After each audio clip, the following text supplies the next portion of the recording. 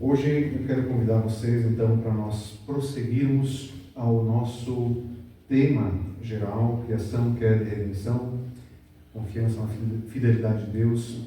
E eu quero convidar vocês a nós abrirmos então a Bíblia em Gênesis 1, versículo 3, de onde nós vamos hoje à noite conversar neste tempo de pregação. Eu até depois vou explicar um pouco melhor isso. Uma vez encontrei alguém que disse assim: pastor, foi muito bonita a tua mensagem. E quando alguém vem dizer que a minha mensagem é muito bonita, eu fico com o pé atrás, porque eu não trago mensagem nenhuma. Toda pregação deve ser a palavra de Deus. É a pregação da palavra, não uma mensagem. Quem traz uma mensagem é alguém na rádio, é alguém enviando uma carta, é alguém enviando um e-mail, um WhatsApp. A mensagem não é o que nós vamos ouvir, nós vamos ouvir a palavra. E por isso, quando a gente lê esse verso bíblico, lá está escrito: então disse Deus, haja luz, e houve luz. Essa palavra é que vai permear hoje à noite quem está aqui conosco, quem vai ouvir depois ainda esta pregação, vai permear o nosso tempo juntos aqui. Eu, como semana passada já comecei a falar, dando ali alguns insights a respeito de algumas coisas que nós vamos ouvir durante esse ano a respeito de Gênesis, eu mencionei que eu não vou trabalhar aqui a respeito de algum confronto, alguma ligação direta tentando relacionar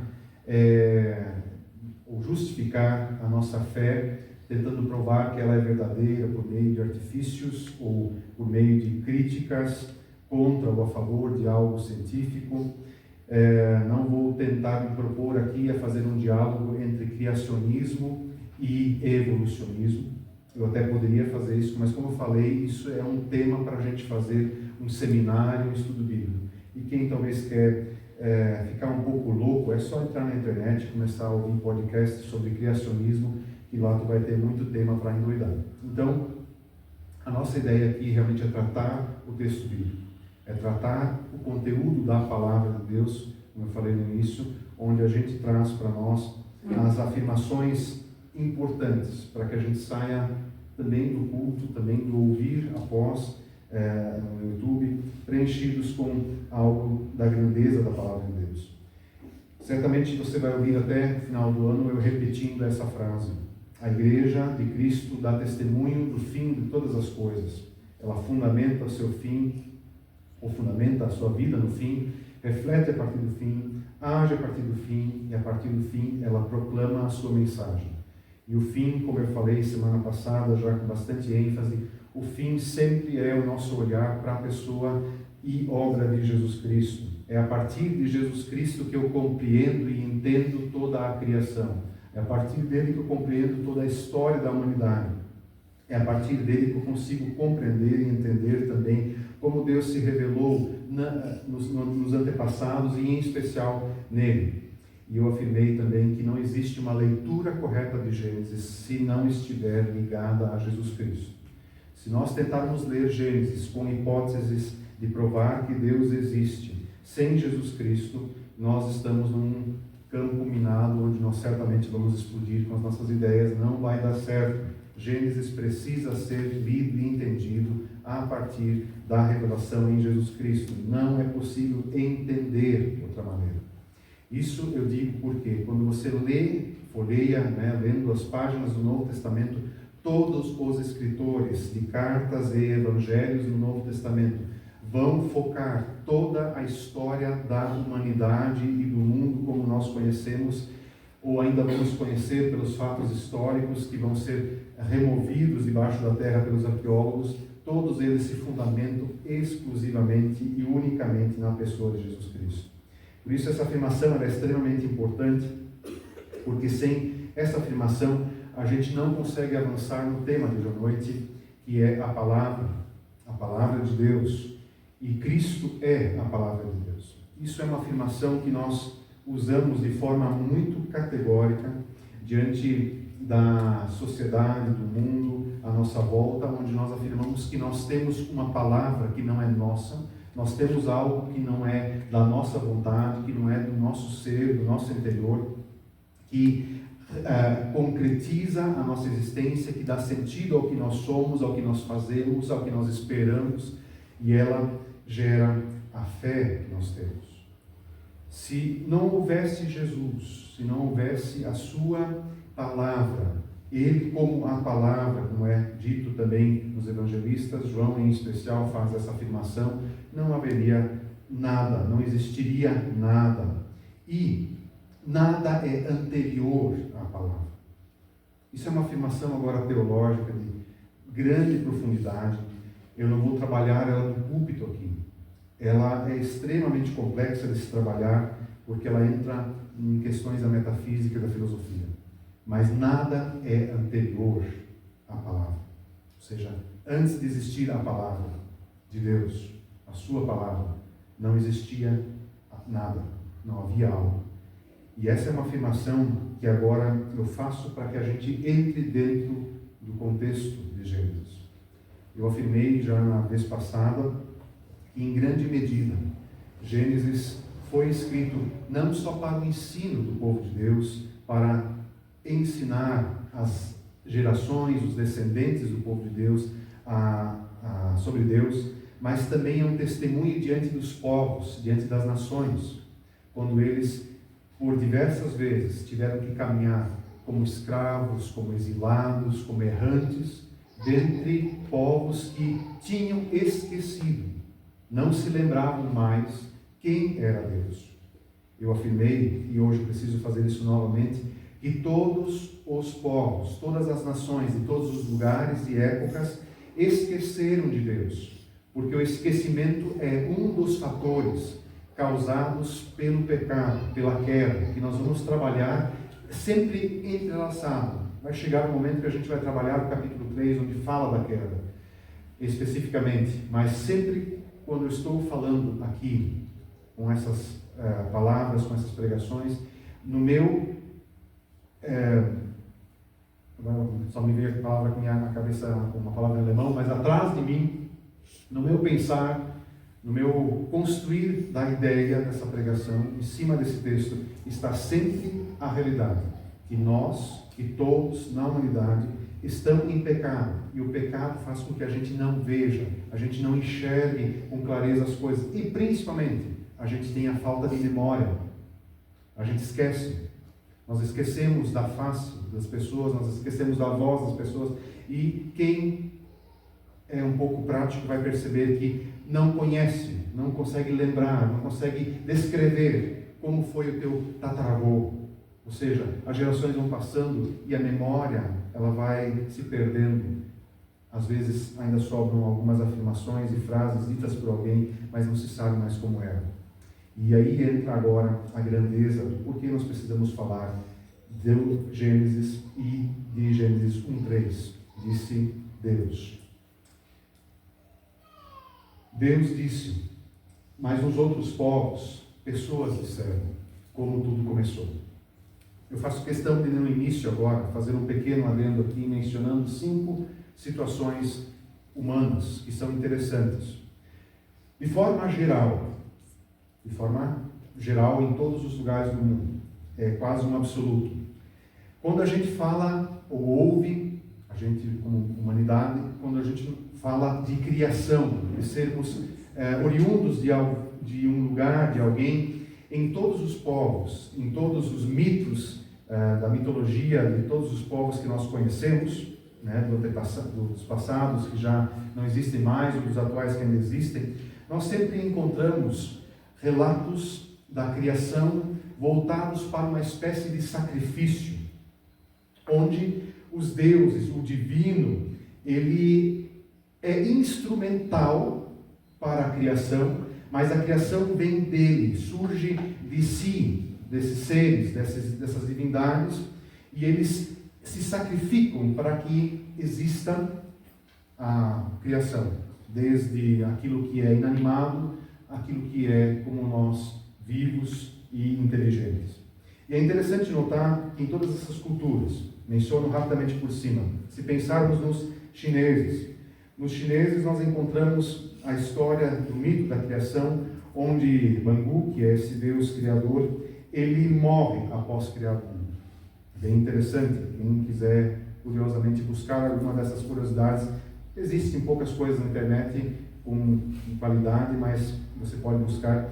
E ele acaba sendo repartido, seu corpo repartido para que exista o mundo, os céus, os seres e as montanhas, o sol, a lua, seus cabelos tornam-se trovão, suas lágrimas mais alguma coisa, sua voz mais alguma coisa, tudo surge a partir do sacrifício de uma divindade.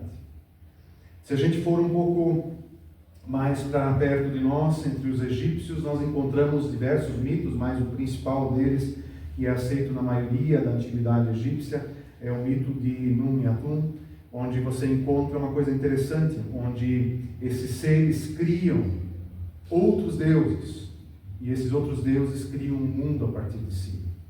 É um mito bastante complexo, não vou entrar nele, mas principalmente uma coisa interessante que o mito egípcio fala é que nós somos, nós não, mas o ser humano foi criado a partir das lágrimas de Ra.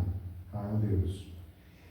Para os povos mesopotâmicos, eu menciono em especial os babilônicos, que talvez é o mais interessante dos mitos antigos. O mito de Enuma-Elish, aparece o deus Marduk. O deus Marduk também, na sua essência, ele tem um papel de criação, onde ele luta contra uma outra deusa e ele utiliza o seu corpo, a sua vida, para formar o céu e a terra. E a humanidade, então, é criada a partir dele para servir os outros deuses. Então, é um sacrifício do Deus para a humanidade, para a existência das coisas, e o ser humano é para o prazer dos deuses.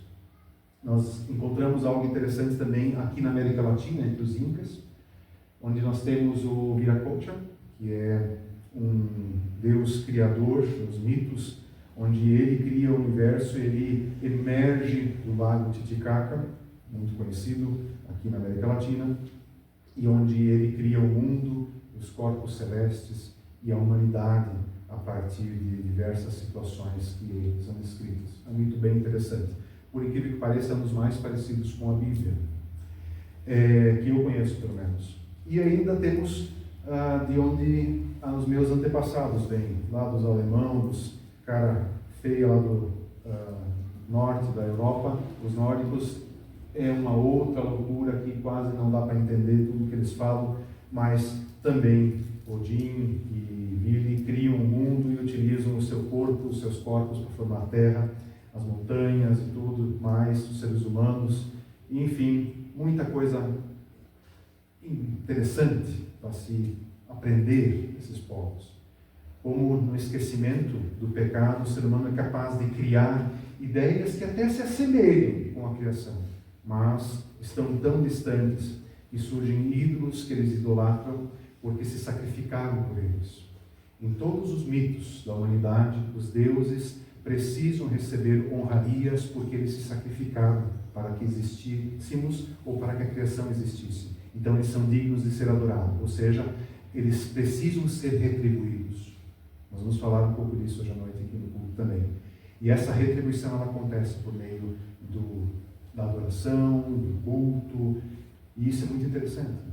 Nós vemos isso até hoje, até dentro de igrejas cristãs, onde você precisa, que se dizem cristãs, onde você precisa fazer sacrifícios porque alguém fez um sacrifício por nós. Alguém fez algo por nós. E ao contrário, na Bíblia nós não encontramos nada parecido com isso, mas na Bíblia nós encontramos um Deus que nunca é criação. Ele é antes de tudo. E ele cria as coisas não a partir do seu corpo, a partir da sua existência em si, mas ele cria a partir da sua palavra. Ele cria a partir do momento em que ele põe a sua voz para declarar o que deve acontecer. E aí acontece algo interessante, que diferente dos mitos, a criação em Deus, conforme a Bíblia, ela é totalmente submissa, obediente, e ela louva e adora a Deus. Vamos entender isso com a primeira coisa que Deus cria hoje à noite. Mas eu afirmo isso, a criação é totalmente submissa, não no sentido agora de ter que retribuir a Deus porque Ele a criou, mas ela é submissa, ela se coloca diante de Deus e adora Ele, reverencia Ele porque Ele é livre da criação. Ela não precisa se submeter a Ele, mas a criação o adora livremente porque Ele é o único que pode ser adorado, pode ser reconhecido e visto. E aí acontece na tradição cristã, em especial, essa grandeza onde nós, como cristãos, a gente diz que nós adoramos a Deus em Jesus Cristo, e Ele não pede para fazer isso, mas nós em gratidão fazemos, nós adoramos a Deus em Jesus Cristo, porque não há outra coisa que seja mais importante, primeira a se fazer, a não ser adorar a Deus. Se você participa há muito tempo aqui na Meu, que no tempo que eu estou, você já ouviu muitas vezes falar, o meu falar em especial, dizendo e afirmando que nós adoramos a Deus não no culto, nós adoramos a Deus com aquilo que nós vivemos, com a forma como nós nos colocamos diante dEle, conforme nós agimos com o nosso próximo, adorando Ele, fazendo a sua vontade, sem que seja isso exigido de nós, mas nós queremos fazer de forma voluntária, intencional, para que Ele perceba que nós o reconhecemos como Deus, porque Ele merece ser adorado. Ele não implora que nós o adoremos, Ele não castiga-nos se nós não o adoramos, mas Ele tem merece esse respeito, essa adoração, esse louvor, porque dele é toda a origem, porque dele vem o dizer. E aqui eu vou ser um pouco filosófico, depois eu volto mais para a nossa terra. Uma coisa interessante, quando você estuda Gênesis, você percebe que Deus não se vincula com o que Ele cria. Os deuses dos mitos, eles estão vinculados. Eles até interferem sobre a criação. Mas Deus não.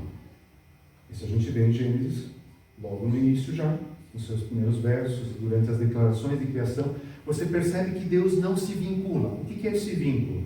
Ele não tem necessidade da criação. Ele é independente dela.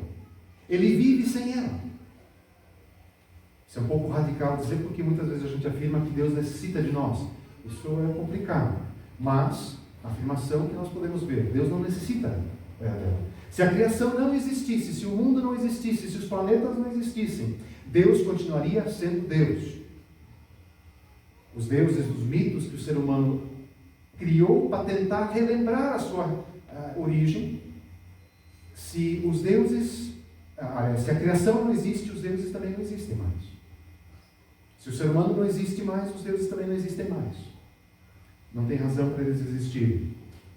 E aí entra a grande diferença daquele que foi comunicado, que se comunica com Deus, que Deus se anunciou, que se revelou, e pode perceber que Deus está vinculando a sua criação apenas com a sua palavra.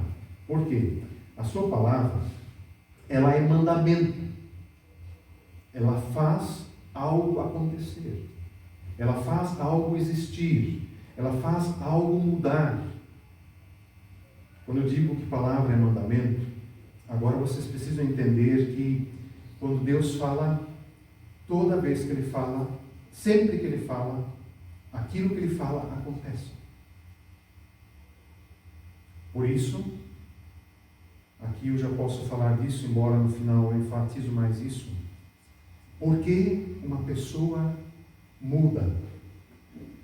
Por que uma pessoa passa a adorar a Deus e a amar a Deus? A crer nele? Por que uma pessoa deixa seus pecados? Por que uma pessoa deixa de ser extremamente horrível para a humanidade? Maléfica, destruidora, arrogante, prepotente, e torna-se alguém humilde e amável. Por que alguém é capaz de ser diferente?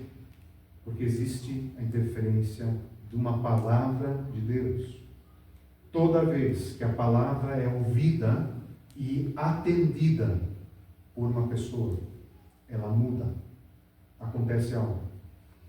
E ali está o vínculo. O vínculo está no efeito que Deus faz com a sua palavra.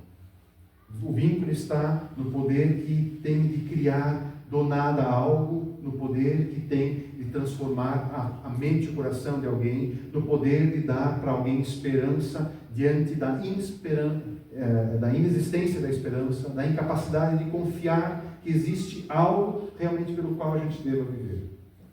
E aqui ele vincula, não se vincula com a criação, mas quem vai vincular-se com Deus é a própria criação. Gênesis capítulo 1 e 2, em especial, como eu falei na vez passada, são 2 capítulos que mostram um mundo que ainda não conheceu o pecado. E o mundo que ainda não tinha conhecido o pecado, ele se relacionava, ou seja, o vínculo existia, relacionamento. O vínculo vem da criação. Ele se vincula, o ser humano, a criação se vincula, a luz se vincula, os astros se vinculam, tudo que existe, ele adora a Deus. E incrivelmente, o que também está sendo dito em Gênesis, é que inclusive as trevas, que precisaram receber a manifestação de Deus, adoram a Deus. E aqui entra uma coisa, abre parênteses, interessante, porque você vai encontrar nos mitos de criação daqueles que se esqueceram de Deus em seu pecado, você vai encontrar sempre uma espécie de luta entre bem e mal, luz e trevas. E a Bíblia vem, ou a Escritura que é colocada, vem diante dos povos, a partir das suas testemunhas, no passado, no presente, vem dizer, tudo adora a Deus. Tudo adora a Deus. E ali está a grandeza que nós queremos falar hoje à noite. Que o Deus que nós conhecemos não é um Deus qualquer, mas é o Deus sobre o céu e na terra, e Ele está no mundo na sua palavra, e essa palavra se torna carne, inclusive. Hoje não vou abordar isso tanto, uma próxima vez vamos falar disso. E o seu Filho Jesus, que se torna carne, Ele revela que o poder que há na palavra, Ele revela que este poder é capaz de criar algo, e aquilo que Ele cria vincula aquilo que Ele criou de volta a Deus. Traduzindo, porque nós estávamos cantando antes louvores a Deus aqui. Imagino que a maioria de vocês cantou de todo o coração. As expressões, adoramos em espírito e verdade, fazemos aqui um lugar onde a gente quer falar diretamente para Deus que nós somos dele. Por que nós fazemos isso? Porque nós entendemos que a palavra viva, que é Cristo Jesus, trouxe a possibilidade de nós nos vincularmos de novo com Ele. Ou seja, Ele fez uma ponte. Ele trouxe a possibilidade de nós voltarmos até a Deus. E essa é uma das grandes ênfases da fé cristã verdadeira, que diz que nós só podemos acessar a Deus novamente, porque nós temos alguém que mudou a nossa vida e permitiu que a gente alcançasse o trono de Deus, que a gente pudesse conversar diretamente com o Senhor através dele. Isso é vínculo, porque a palavra fez isso. A palavra que disse está consumado lá na cruz. A palavra que disse Ele está vivo, ressuscitou. A palavra que diz vai e pregue, anuncie para todas as nações, ensine. Essa palavra, ela cria vínculo. E ela não é um mero causa e efeito. Agora eu vou entrar naquilo que eu falei antes. Todos os mitos, todas as ideias humanas sobre a vida, e agora eu também ouso entrar dentro do mito da evolução, do mito criado a partir da não existência de Deus. Então você precisa ver que em algum lugar algo começa a surgir para que nós cheguemos hoje aqui. Causa e efeito. Alguém bateu num lugar, o efeito aconteceu lá. Alguém moveu aqui, aconteceu lá. Se a gente pegar a questão da evolução, nós vamos perceber, evolução agora é a palavra simples, mas isso é tão mais complexo, nós vamos perceber que tudo vai dando, vai gerando, vai criando ou transformando algo adiante, como um efeito. Aconteceu isso, agora vem isso, aconteceu ali, agora vem ali. Sempre causa efeito. E uma das coisas que a Bíblia faz questão de nos dizer que Deus não fez por causa e efeito as coisas. Deus não criou as coisas como um efeito meramente de alguma coisa. Ele simplesmente fez, porque esta era a vontade dele. E a vontade dele é que a sua vida fosse manifesta, mas a sua existência fosse manifesta não por um efeito do que ele existia, mas ali entra o fator do amor de Deus, da realidade que está por detrás daquele que nós ainda não conhecemos. E quando a gente pensa como seres humanos, nós até entendemos geralmente a Bíblia de forma errada. Toda a Escritura, que nós conhecemos como Bíblia, ela tenta lidar com a gente, tentando nos ensinar. Gente, não é o que vocês fazem que agrada a Deus. Não é o comportamento, não é a dedicação, não é o que vocês são em si que agrada a Deus e faz vocês voltarem a Deus, mas é o próprio Deus. Talvez a teologia mais difícil de ser encontrada entre os crentes é a da afirmação de que é o próprio Deus que traz a sua criação de volta para adorá-lo. Não é a criação que o adora, por isso ele se compadece dela. Não. É o próprio Deus que se compadece do que ele criou, que se compadece de ti e te traz de volta. E por isso ele é Deus. Porque se fosse causa e efeito, seria mais fácil acreditar em qualquer um desses deuses que a mitologia antiga dizia que criou o mundo. Seria mais fácil. Porque o efeito, com certeza, seria maior. Vejam como é interessante como as pessoas se perdem quando elas pensam em Deus na forma de causa e efeito. Aí elas levam para o culto a sua adoração, e Deus tem que retribuir. Então elas entregam os seus bens e Deus tem que retribuir. Então a sua fé tem que ser grande o suficiente para que esse Deus possa retribuir, causar algum efeito. Isso é idolatria. Isso é acreditar no mito. Isso é acreditar em qualquer ser pensado por uma pessoa pecadora que não existe de fato, mas que se torna ídolo, objeto de adoração. Por isso, nós precisamos compreender que a palavra de Deus, ela faz com que a gente não compreenda a Ele. Repito, a palavra de Deus faz com que a gente não o compreenda. E só pode adorar a Deus aquele que não compreende a Deus. Repito, tu, eu, só podemos adorar a Deus, servi-lo, se nós não o compreendemos. Eu não consigo compreender por que e como Ele criou. Eu não consigo entender com a lógica humana o porquê Ele fez o que fez em Jesus Cristo na cruz. Eu não consigo compreender os caminhos dele. É impossível para minha mente em pecado compreender quem é Deus. Por isso, Ele me chama a adorá-lo. E essa palavra que chama a existência, tudo a partir do que não é, do que não existe, para que seja, nós temos que entender dessa maneira. A palavra de Deus leva a gente a não ver aquele que criou tudo. Ali existe o limite. Nós só vamos ver Deus face a face, só podemos compreendê-lo, entender sua vontade, quando estivermos diante do seu trono na eternidade. Por que tu acha que Moisés não pôde ver a face de Deus quando ele deu a sua palavra, os seus mandamentos, as suas ordens e orientações para a boa condução da vida do seu povo? Não é possível compreender na nossa carne em pecado, na nossa mente em pecado, nas nossas ideias em pecado, aquele que é Deus. Eu, sinceramente, só venho para o culto porque eu não compreendo quem é Deus. Eu, sinceramente, eu só falo de Deus porque eu não o compreendo, mas eu o conheço. Entende? Conhecer a Deus é bem diferente do que saber do que Ele é, compreendê-lo em toda a sua existência. Isso nós vamos ter toda a eternidade para compreender e entender. Pense sempre quando você se refere a Deus, eu não o conheço ao ponto de saber a sua vontade totalmente. Aquilo que eu preciso saber, sim, isso Ele revelou. Aquilo que é o suficiente para que eu viva uma vida coerente com a qual Ele projetou, o que Ele pensou em mim, isso eu conheço.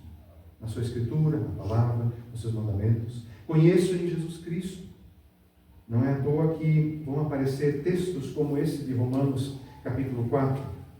Quem esteve nos estudos vai lembrar algumas coisas que eu falei nesse texto. Mas todos que têm fé, como aqui teve Abraão, pois ele é o pai de todos que creem, conforme aparece nas Escrituras. Eu fiz pai de muitas nações. Isso aconteceu porque Abraão creu no Deus que traz mortos de volta à vida e cria coisas novas do nada. Abraão não creu em Deus porque ele conhecia os instrumentos que ele usa para a criação. Não. Abraão creu em Deus porque ele sabia, quando Deus falou com ele, que quando ele morresse, ele voltaria a viver, criado sem pecado, recriado sem pecado, uma nova criatura, um novo ser.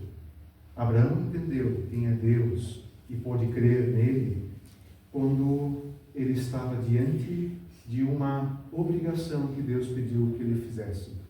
Mata teu filho, oferece ele para mim.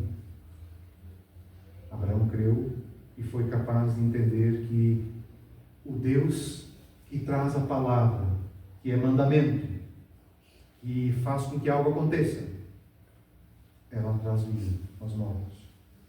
Quando Abraão entendeu isso, ele entendeu também que na sua história, morto em seus pecados, morto na sua tragédia humana, dali ele seria transformado em um homem conforme Deus quer. Pleno na imagem, pleno na semelhança de Deus. E ele teria que caminhar com Deus para experimentar isso na eternidade. O Novo Testamento várias vezes, diversas vezes repete, afirma a fé de Abraão, porque é uma fé na ressurreição, é uma fé de alguém que traz a vida aos mortos, é uma fé que crê em coisas criadas do nada. Como eu falei, encerrando o culto da semana passada, a palavra da semana passada, nós cremos porque a gente tem diante de nós o testemunho de que alguém surgiu do nada, do túmulo, alguém da matéria apodrecendo, voltou a viver em carne e ossos, em voz, em semblante humano. Nós cremos por causa disso. Não teria razão nenhuma para eu estar aqui na frente, teria tanta coisa mais útil para fazer se a ressurreição não fosse verdade. Quanto tempo nós perderíamos na nossa vida indo numa igreja, lendo a Bíblia, fazendo coisas em nome de Deus, se a ressurreição não fosse algo real? Seria tão vão, tão inútil sermos religiosos se a ressurreição fosse apenas uma historinha mitológica. Não. A ressurreição foi a palavra de Deus dizendo: ressuscita. Quando a gente começa a pensar junto com o mundo na nossa fé, nós temos sempre um dilema. Ou a gente abre mão da palavra, da Bíblia, para testemunhar, ou a gente se mantém firme nela. Um pequeno comentário. É um desastre o que vem acontecendo mundo afora. Cristãos tentando debater a sua fé sem a Bíblia. Pessoas tentando debater a sua fé a partir de doutrina de igreja. Sem a Bíblia, sem a palavra, tu não vais conseguir levar o poder do que Deus diz para alguém. Por isso não existe evangelismo, não existe anúncio do Evangelho, não existe testemunho se você não disser aquilo que a Bíblia fala para alguém. Essa é a palavra. Aqui acontece vida. Aqui algo se cria do nada. Da palavra de Deus, eu vi todo tipo de pecador ser transformado. Eu, particularmente, não tenho uma grande história de, nossa, eu era um baita pecador antes de confiar em Cristo, antes de ter o Senhor. Mas aquilo que a palavra vai fazendo durante a minha história, depois de tropeços, depois de erros, depois de falas, o que a palavra nos faz sempre de novo ter esperança para viver. A palavra sempre de novo nos dá alguma realidade clara, real, poderosa, que aponta para a natureza divina de Deus. Romanos 1:20, a famosa frase de Paulo. Por meio de tudo que ele fez desde a criação do mundo, podemos perceber claramente seus atributos invisíveis, seu poder eterno, sua natureza divina. Deus é invisível, sim, é invisível, mas nós podemos ver por meio de tudo que ele faz no mundo. Ele criou as coisas, mas não só criou coisas, ele permitiu que pessoas que foram feitas à sua imagem e semelhança, que se distanciaram dele, não puderam mais vê-lo, pudessem vê-lo em Jesus Cristo. Eu gostaria muito de ter uma máquina do tempo e poder voltar no dia em que Jesus foi pregado na cruz e acompanhar aquelas horas dramáticas antes da ressurreição. Esse é se existe um sonho inalcançável, uma utopia do tio Wilson, é essa. Eu gostaria muito de que isso fosse gravado, tivesse sido gravado. Mas Deus me permitiu ter apenas o testemunho de pessoas frágeis, pecadoras, de pessoas que testemunharam com os olhos, com o olfato, né, com os ouvidos, o Cristo que voltou da morte para a vida e anunciou as coisas invisíveis que nós vamos experimentar em Deus. Vamos apagar a luz para mim?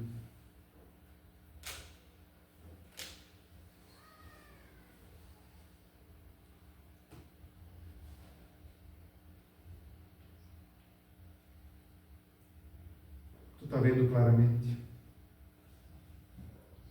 Aqui temos bastante luz. Eu queria poder ter um ambiente 100% escuro, para vocês perceberem o pavor que é você não poder enxergar o que existe ao teu redor.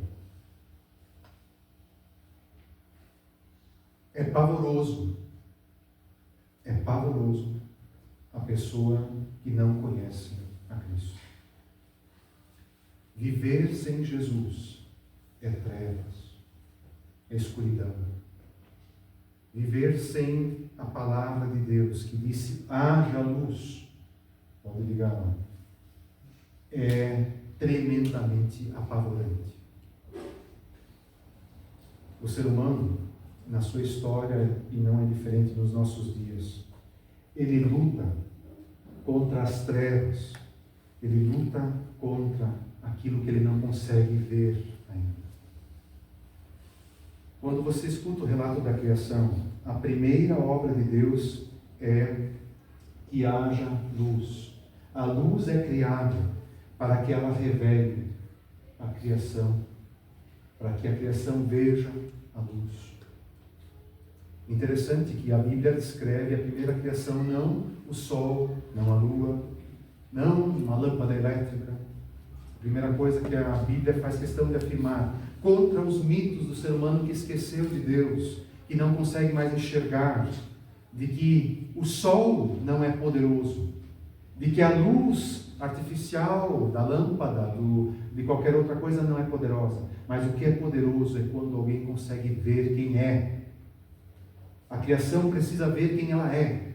Ela é dependente de um Deus que a mantém. Entende o que eu quero dizer com isso? Quando Deus diz, haja luz e houve luz, Ele está dizendo, agora você pode ver de onde veio, e agora você pode ver quem te sustenta. A pessoa que não tem a Jesus ainda, ela não consegue saber de onde veio, e ela não sabe quem a sustenta.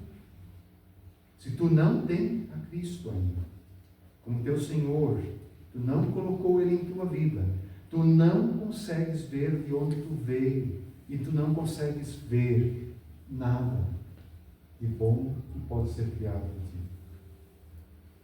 A vida é desespero, ela é apenas uma tremenda escuridão. Em sua luz criada, a criação vê a sua luz. A luz nós vemos. Hipoteticamente falando agora com a luz artificial, como é bom ver o rosto de vocês, o formato de vocês. Na tela eu não posso ver quem está do outro lado, mas eu posso ver formas, eu posso ver criaturas, eu posso ver e sentir. Sem a luz isso não é possível. Eu sempre me lembro da experiência de entrar no Beto Carreiro, numa daqueles túneis que tem lá, eles têm uns negócios estranhos lá, totalmente escuro, de repente aparece alguma coisa que te assusta no meio, assim, para tu ter medo. A vida humana é isso. A vida humana sem Jesus é um túnel que de vez em quando surge uma surpresa. E essa surpresa muitas vezes é causada por nós mesmos, pelo nosso pecado, pelo pecado dos outros. E a gente foge desesperadamente para alguma coisa que nos console. Eu quero sair o quanto antes desse túnel para chegar no fim. E a gente nunca chega. E a gente procura satisfação humana. Por que você acha que Jesus disse: eu vim para lhes dar vida e vida plena que satisfaz? Por que você acha que Jesus ele chegou diante das pessoas e disse para elas se converterem e renderem a sua vida a Ele? Aliás, vamos ser francos, nos evangelhos em nenhum momento Jesus disse: converta-se a mim, renda-se a mim. Mas só o fato de olharem por meio da luz, da capacidade de enxergar o Filho de Deus, as pessoas eram transformadas e criam. Ouvir a voz de Jesus, ela me converte, ela faz com que eu me renda. Por isso que a gente precisa estar com os ouvidos abertos, com o coração aberto. Eu falo às vezes aqui na frente de coisas que eu mesmo experimento. Eu não tenho nenhuma possibilidade de encontrar uma vida transformada se eu estou fechado. Se eu quero permanecer no túnel escuro sem luz, Deus quer que a luz te faça ver a Ele. Por isso Ele diz: haja luz. Veja, sinta, perceba. Eu sempre penso que Jesus ele tem para nós a sua palavra com a intenção também de trazer para nós a possibilidade de nós sermos guiados em sua mão. Porque acontece algo trágico na nossa vida, e você percebe isso se você for autêntico, honesto, humilde contigo mesmo. Quando a gente não está seguro em Cristo, quando a gente não se agarra nele, nós vamos caminhando sempre em direção às trevas, sempre distante do Criador, sempre distante daquele que tem palavras de transformação, palavras de criar algo novo. E cada vez mais a gente se torna alguém idólatra, que precisa de intermediários, que precisa venerar alguma coisa, que precisa procurar em algum lugar satisfação. Por isso que a Bíblia chama de idolatria sempre quando as pessoas voltam o seu rosto contra Ele, quando elas não podem olhar para Ele face a face.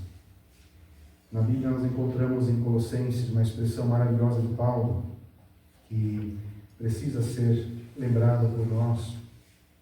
O Filho, fala de Jesus Cristo, é a imagem do Deus invisível, é o supremo sobre toda a criação, pois por meio dele todas as coisas, tanto nos céus como na terra, todas as coisas que podemos ver e as que não podemos ver, como tronos, reinos, governantes, autoridades do mundo invisível, tudo foi criado por meio dele e para ele.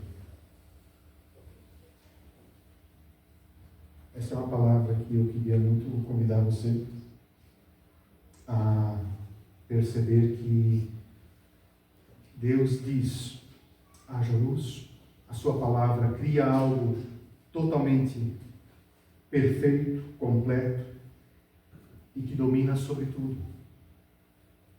Deus não pode ser dominado por coisas que nós não vemos.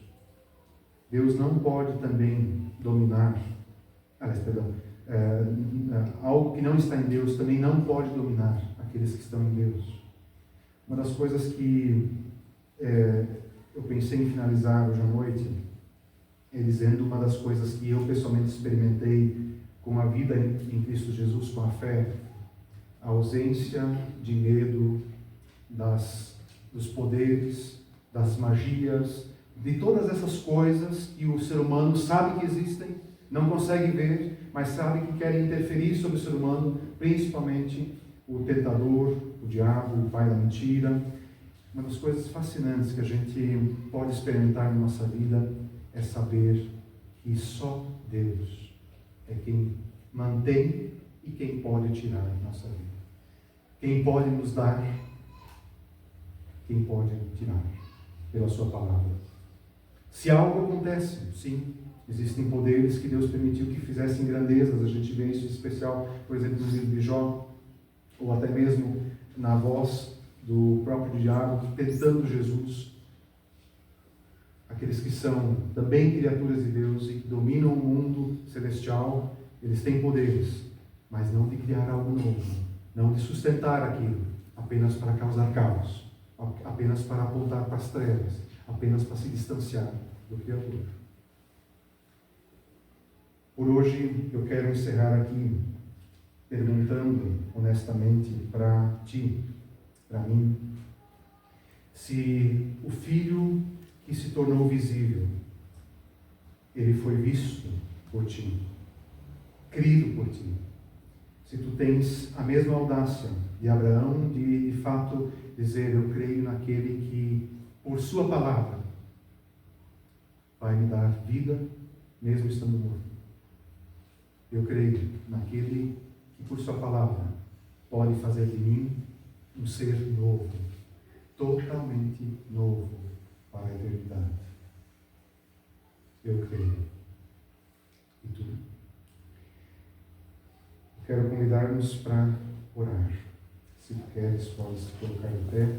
Podemos adorar a Deus falando com Ele.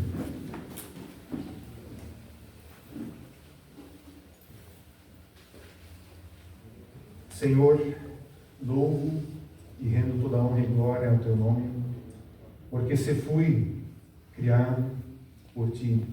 Essa consciência Tu me dás quando o Teu Filho Jesus olhou na cruz, com toda a dor e sofrimento por mim, entregando sua vida, orou e pediu misericórdia.